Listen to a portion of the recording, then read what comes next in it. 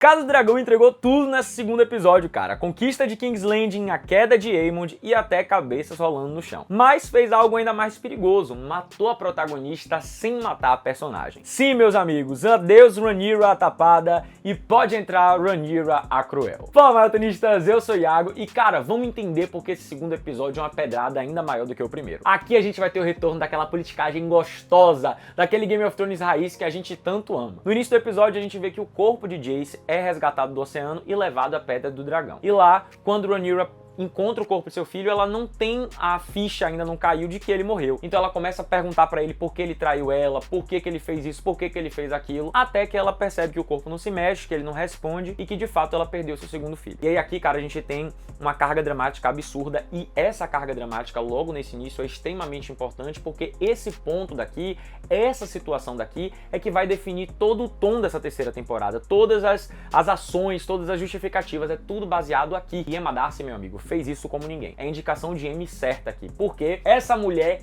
quebra, meu amigo. A Rhaenyra, ela quebra, mas ela quebra, ela estilhaça de uma forma inimaginável. A gente viu que quando ela perdeu o primeiro filho dela lá no início da segunda temporada, ela foi aquela Rhaenyra tomada pela raiva, pelo ódio, né? Pela aquela coisa de vou queimar tudo, é um filho por um filho. E aqui não. Aqui ela simplesmente ficou destruída, devastada, porque ela já perdeu muita coisa, ela já sacrificou muita coisa, ela tá no meio de uma guerra, ela tava saindo do luto do primeiro filho e agora vem o segundo filho para poder acabar com tudo isso. E aí o que acontece? O soldado, ele até diz para ela, ó, eu prendi você, eu te traí, então eu tenho que dar a minha vida. Ela até faz assim, o que é que vai me adiantar? Eu matar você vai trazer meu filho de volta? Então mesmo ela tendo perdido o filho, ela ainda tem essa luta de ser muito cruel nesse sentido, sabe? Enquanto isso, Daemon tá super feliz às margens do lago, comemorando com seus aliados por ter tido uma vitória tão grande como foi a que ele teve no início do primeiro episódio. Mas como diria a voinha, mentira e notícia ruim tem perna curta. Não demora muito tempo, Daemon recebe uma carta de Rhaenyra dizendo que Jace morreu. Obviamente que isso é um corta-clima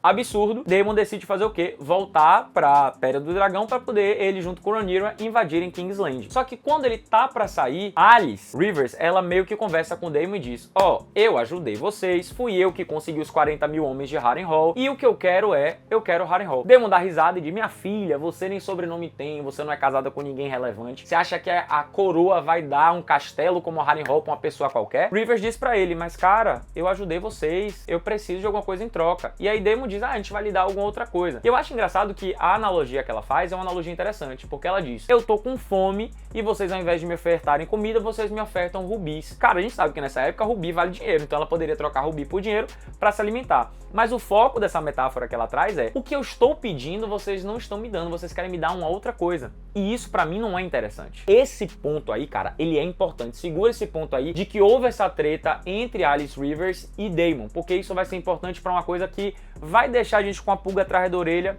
um pouquinho lá na frente. Então o que é que Daemon faz? Daemon pega Caraxes, rumo Pedra do Dragão. Enquanto tudo isso tá acontecendo desse lado dos pretos, a gente tem um lado dos verdes. A Alicent, ela tá comprometida, meu amigo, em fazer com que King's Landing seja entregue de forma tranquila pra Rhaenyra. Então o que é que ela faz? Ela começa a articular ali algumas coisas quando ela percebe que Aemond pegou Veiga e partiu rumo a Harrenhal. Porque na cabeça de Aemond, Daemon ainda está em Harrenhal. Então Aemond quer meio que matar dois coelhos com a cajadada só. Ele quer conquistar Harrenhal e quer matar Daemon. Então quando Alicent descobre que Aemond de fato pegou Veiga e saiu de Porto Real, ela começa a planejar a partida ali do exército para poder não ter resistência. Ela vai utilizar a Helena como sendo a princesa regente para poder dar essa ordem. Então a primeira coisa que ela faz é, ela conversa com a guarda real e diz para a guarda real retirar e se reunir em outro lugar. O chefe da guarda real, ele não aceita isso muito bem, só que a Alicent não é menina, a Alicent não é boba, ela desde pequena aprendeu como é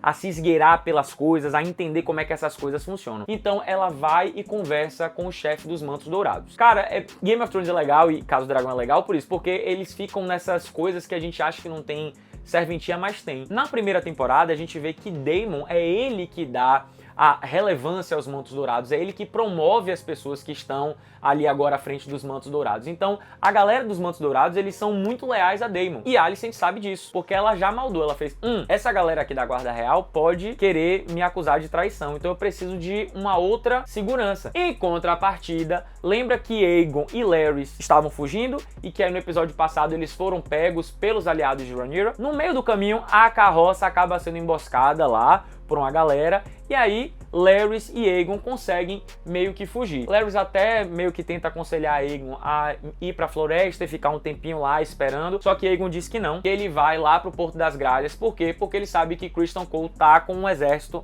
lá em Porto das Gralhas e que Criston Cole vai ser leal a Aegon e que vai conseguir dar refúgio a Aegon. Nesse meio tempo, Daemon volta pra Pedra do Dragão, vai encontrar uma Rhaenyra totalmente lutada, uma mulher que ela meio que parece que jogou a toalha, sabe? Ela parece meio que desistiu, que ela não quer mais, que realmente essa morte de Jace foi muito maior do que o que ela poderia esperar, foi um golpe muito grande, então ela tá totalmente arrasada. E aí Daemon faz, minha filha, pera aí, não é assim não. Ele morreu pela rainha dele, você pode culpar ele, etc. Mas ele fez o que ele achou certo, ele defendeu a rainha dele, ele defendeu o que vocês acreditavam e você tá aí nessa putaria? Pelo amor de Deus, minha jovem. E outra coisa, lembre do que seu pai falou, lembre da canção de Gelo e Fogo, lembre das coisas que são importantes. Você tem que sentar no trono pra poder você defender o reino, você tem que defender da grande ameaça. Eu tive uma visão e eu vi uma mulher sentada num deserto com dragões e ela tinha cabelos dourados e esbranquiçados, que a gente sabe que é Daenerys, mas enfim, né? Então isso só faz com que ela relembre que ela tinha um propósito, de que ela nunca quis sentar no trono de ferro porque ela queria ser rainha ou porque ela tinha uma grande ambição. Então meio que junta a questão do luto com o propósito, e aí ela diz, não, vamos lá, vamos invadir King's Landing, porque Daemon recebe a mensagem de que Aemond e Veiga saíram de King's Landing, então é o momento deles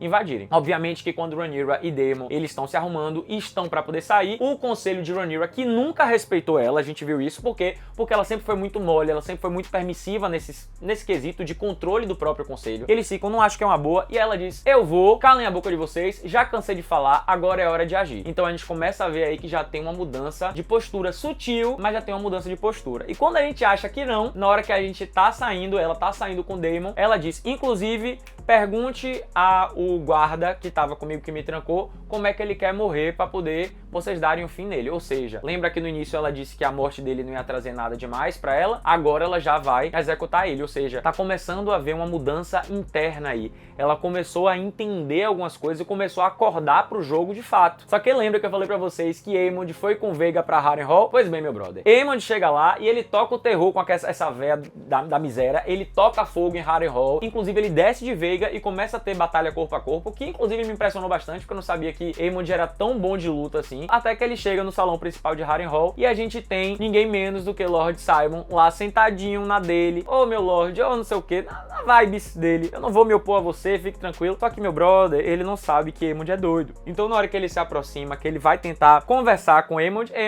enfia uma facada nele e ele cai parecendo uma jaca podre. Obviamente que as pessoas que estavam com o Simon ali meio que se revoltam, atacam Aemond é inclusive golpeado nas costas, mas parece que foi uma coisa assim que pegou na armadura ou algo do tipo. Ele mata o resto que tá ali, e aí quando ele se vira, quem tá ali? Ninguém menos do que Alice Rivers. Aemond tá com a espada na mão, ele vai em direção a ela com a cara de psicopata que ele tem, no intuito de finalizar ela, pelo menos foi isso que eu entendi. Só que conforme ele começa a chegar próximo dela, o ferimento que ele teve começa a sangrar, e aí ele começa a, sangrar muito, tipo muito sangue mesmo. E aí ele não aguenta ficar em pé, e ele começa a meio que se arrastar em direção a ela, olha pra ela e pede ajuda, e ela meio que dá um sorrisinho, e aí ele meio que apaga. E aí lembra lá atrás que eu falei da conversa que Alice Rivers teve com Daemon, da chateação dela por ela não ter Harrenhal? Pois bem, então aqui fica a pulga atrás da orelha. Será que agora ela não vai pegar Aemond, vai tentar conversar com ele e tal, e convencer ele de que se a guerra for ganha pela parte dos verdes, que ela fique com Harrenhal? Então é uma coisa que a gente começa a pensar aí. Uma coisa que eu acho importante mencionar, e que foi fofinho, eu acho, nesse episódio, é que lembra que no primeiro episódio, quando tá tendo a batalha de Corlys com a triarquia, ele acaba caindo no mar. Alyn, que é o filho bastardo de Corlys, começa a procurar ele no mar, e aí procura,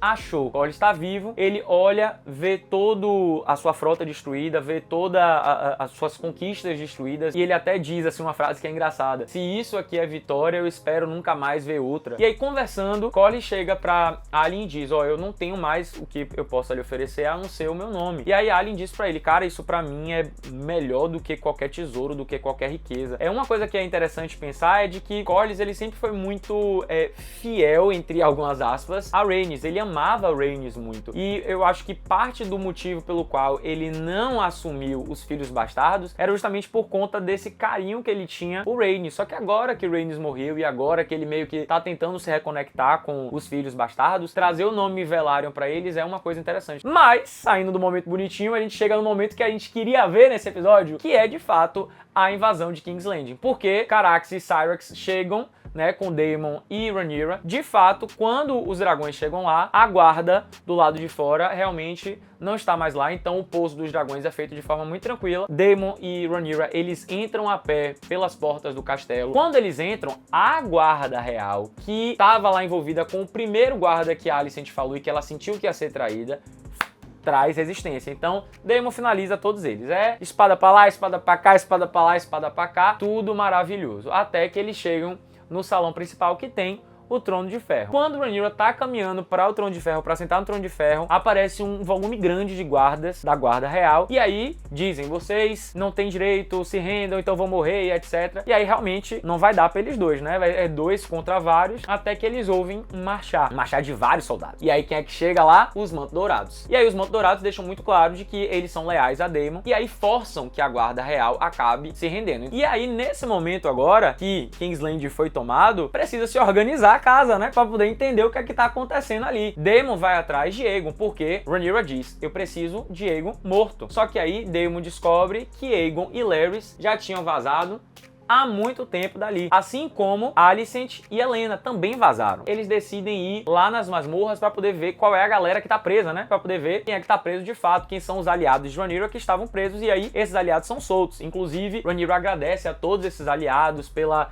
né, resiliência, por terem ficado lá e serem leais até o final. E aí, na hora que Daemon tá lá na masmorra, um dos guardas da masmorra chega e faz: Daemon, meu chefe, chega aqui, deixa eu lhe contar a boa. Larys, o Lorde dos Sussurros, deixou uma coisa guardada pra você pra quando você voltasse pra cá. E aí você fica, ué, o que é que Larys deixou pra Daemon? E aí a gente descobre o quê? Que foi ninguém menos do que Otto Hightower. Eu não sei se vocês se lembram, mas no final da segunda temporada a gente vê que Otto, ele tá preso em algum lugar e a gente meio que não sabe o que é, e isso é muito diferente no livro, tá? Esse negócio de que foi Larys que deixou e etc. Então aí Otto é levado para o grande salão. Começa toda uma história de que Rhaenyra, ela precisa mostrar para o povo de que ela é uma rainha forte. Então Daemon diz, se você quer respeito, você tem que matar ele. Otto chega e faz, olha, ela não vai ter condição não, você não tem isso em você, deixa Daemon me matar, porque aí pelo menos é um golpe só. E aí Daemon tira a própria espada e entrega pra Rhaenyra, como quem diz, minha filha, você tem que fazer. E aí ela fica naquela batalha espiritual fortíssima interna. Não vou conseguir, isso não é meu, eu não vou conseguir matar, eu não vou conseguir matar. E aí é meio que o momento que vem dentro dela aquilo, o luto, a raiva, o propósito, tudo meio que se mistura. E aí ela dá a primeira espadada em Otto, pega nele, mas só machuca mesmo. E aí ela olha pra ele e aí ela meio que tem, assim, a sensação que eu tive foi de que ela meio que teve uma epifania, sabe? De que ela viu, não,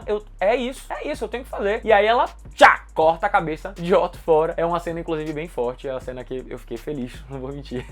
Eu fiquei bem feliz. É uma cena que ela tem um propósito, porque depois que Otto morre e o sangue escorre, ela acaba pisando por cima do sangue e ela começa a andar em direção ao trono. E na hora que ela anda em direção ao trono, as pegadas de sangue vão sendo deixadas, mostrando de que o caminho para o Trono de Ferro não é um caminho limpo. É um caminho de sangue, é um caminho de muita morte, é um caminho de muita tragédia. Eu acho que é esse take aqui que foi dado, de o reflexo, né, dela ali no trono ser mostrado pelo sangue de Otto, é justamente isso. Mostra que o reflexo dela tá ali é um reflexo de muita morte mesmo, de muita destruição. Essa dança dos dragões, essa briga interna dos Targaryen, é isso aí, é morte pra todo lado. Só que a gente tá achando que acabou. E aí na hora que ela senta, Darcy, ela vende isso muito bem, porque ela senta meio desconfortável, mas ao mesmo tempo ela se sente confortável porque ela conseguiu atingir o foco dela, ela conseguiu atingir o objetivo, porque ela tem um propósito muito claro. Então ela começa a meio que se sentir confortável, mas ao mesmo tempo é como se a Rhaenyra antiga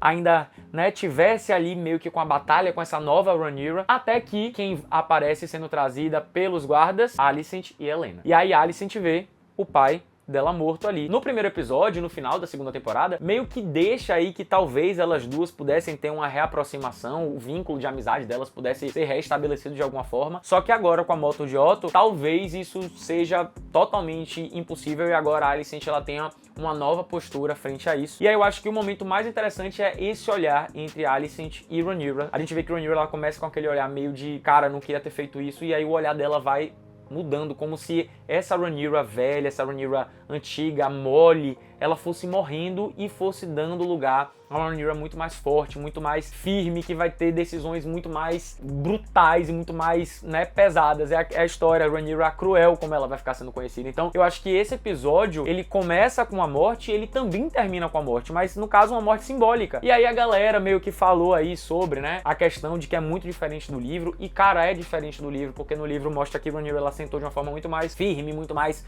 dona de si, e aqui teve toda essa carga dramática, e eu acho que isso foi excelente, porque a personagem de Rhaenyra, ela foi construída assim, ela foi construída de uma forma muito emotiva, e fazer essa mudança do nada seria muito bizarro, muito estranho, que foi o que aconteceu pra mim com Daenerys. Era uma personagem que veio sendo construída de uma forma, e da noite pro dia ela virou muito do nada. Então aqui a gente foi tendo ao longo do episódio, a gente foi tendo essa morte gradual que foi sendo justificada por algumas coisas. Então eu acho que esse episódio ele foi muito tenso nesse sentido, e que ele dita o tom aí das coisas barris e loucas que vão acontecer nessa temporada. Os dois pés nas portas, primeiro episódio, segundo episódio, fantásticos. Mas eu queria saber de você, o que foi que você achou desse segundo episódio? Você gostou, não gostou? Teve alguma coisa aqui importante que eu deixei de comentar? Porque é tanta coisa que às vezes a gente se passa. E se você gostou do vídeo, curte agora, se inscreve no canal, ativa o sininho pra não perder nenhuma notificação. E semana que vem eu tô aqui com o terceiro episódio. Então é isso, valeu!